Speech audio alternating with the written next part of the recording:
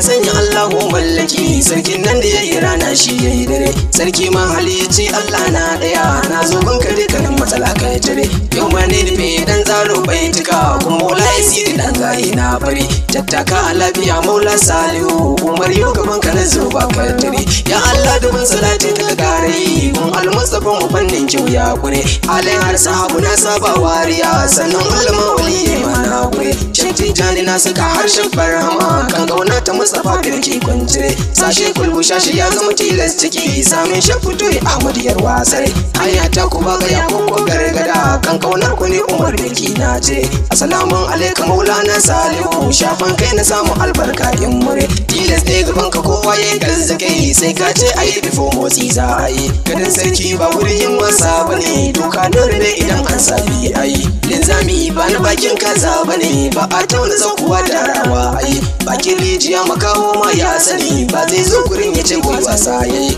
Maulana foundation tushen yin gini sai an sa da kai before kari za a yi da an ganka za a daiti na Allah sarai taken kabari kawai canji baye babban hajjaru fa sai an saka nakiya wane guduma ya ce zagawa ye ta kungiwa daban ne da na raƙumi sanye ke sako mutane su yi roƙuwa ya Maula ya kawo marya kuma durkuso sanya mai tabarrukan har yayi tsayuwa dan shekul bushashi Maulana imini dan antin musadiya dan babbar uwa dan mai yarwa dan farin gaye imini dan inna da baba sakar wahaltuwa duba mu shi kai mana garkuwa dukkan lamurin mu kar mu yi wahaltuwa wawanke zuciyoyin mu gaba daya ba mu da wani kai kadai ka zama garkuwa an gwabon mu sadiya mai babban gida kyakkyawa farin gaye da family in ka ji kuɗa gidan da amare kwarai in ka ji tambari akwai sarki na ne in ka ji nage sai fulani ba ka nure in ka ji an faɗo kile kolawa ne hanyar jirgi daban da na mota sare gagar makiya ya salin garkuwa rijiya gaba dubu sai leka kawai dan na san mutum drama ba zai yi ba shasara da sassaka gamji nan kake dan na san baka yin tofo ba